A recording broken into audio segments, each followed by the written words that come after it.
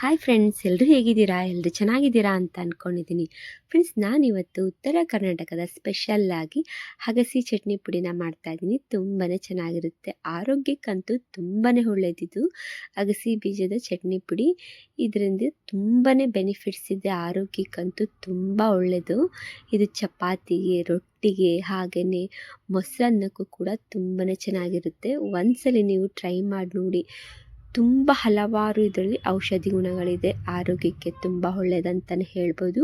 ಅಗಸಿ ಬೀಜ ಅಂದರೆ ಯಾವ ರೀತಿಯಾಗಿರುತ್ತೆ ಅಂತ ನಾನು ನಿಮ್ಮ ಹತ್ರ ತೋರಿಸ್ತಾ ಇದ್ದೀನಿ. ಕೆಲವ್ರಿಗೆ ಅಗಸಿ ಬೀಜ ಅಂತ ಅಂದರೆ ಗೊತ್ತಿರುತ್ತೆ, ಮತ್ತು ಇನ್ನೂ ಕೆಲವರಿಗೆ ಗೊತ್ತಿರೋದಿಲ್ಲ ಅಗಸಿ ಬೀಜ ಅಂದರೆ ಹೇಗಿರುತ್ತೆ ಅಂತ. ನೋಡ್ತಾ ಇದ್ದೀರಲ್ಲ, ಇದೇ ನೋಡಿ ಅಗಸಿ ಬೀಜ ಅಂತಂದರೆ ಈ ರೀತಿಯಾಗಿರುತ್ತೆ.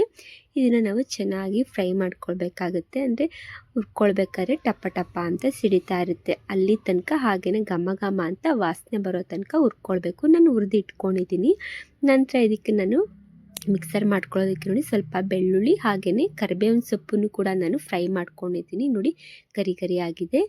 ನಂತರ ಈಗ ನಾನು ಸ್ವಲ್ಪನೇ ನೋಡಿ ಮಿಕ್ಸಿ ಜಾರ್ಗೆ ಅಗಸಿ ಬೀಜನ ಹಾಕ್ಕೊಂಡಿದ್ದೀನಿ. ಹಾಗೆಯೇ ನೋಡಿ ಸ್ವಲ್ಪ ಕರಿಬೇವಿನ ಸೊಪ್ಪು ಹಾಗೆಯೇ ಸ್ವಲ್ಪ ಬೆಳ್ಳುಳ್ಳಿ ಕೂಡ ಹಾಕ್ಕೊಳ್ತೀನಿ. ನೋಡಿ ಬೆಳ್ಳುಳ್ಳಿ ಇಷ್ಟು ಸ್ವಲ್ಪ ಹಾಕ್ಕೊಳ್ತಾ ಇದ್ದೀನಿ, 2 ಸಲ ನಾನು ಹಾಕ್ಕೊಳ್ತೀನಿ.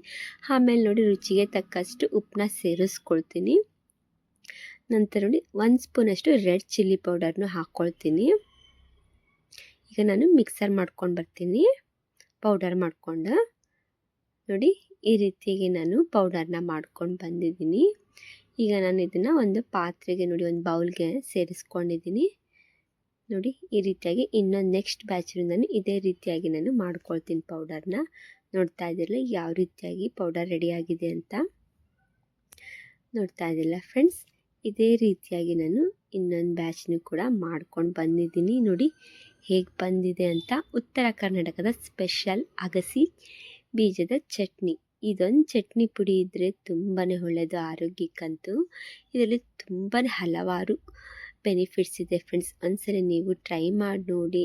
ಕೂದಲಕ್ಕೂ ತುಂಬಾ ಒಳ್ಳೆಯದು, ಹಾಗೆಯೇ ಕಣ್ಣಿನ ದೃಷ್ಟಿ, ತುಂಬ ಹಲವಾರು ಇದರಲ್ಲಿ ನಮಗೆ ಔಷಧಿ ಗುಣಗಳಿವೆ. ಒಂದ್ಸಲ ನೀವು ಟ್ರೈ ಮಾಡಿ ನೋಡಿ, ತುಂಬ ಒಳ್ಳೆಯದು friends. Thank you for the watching. Okay, bye bye.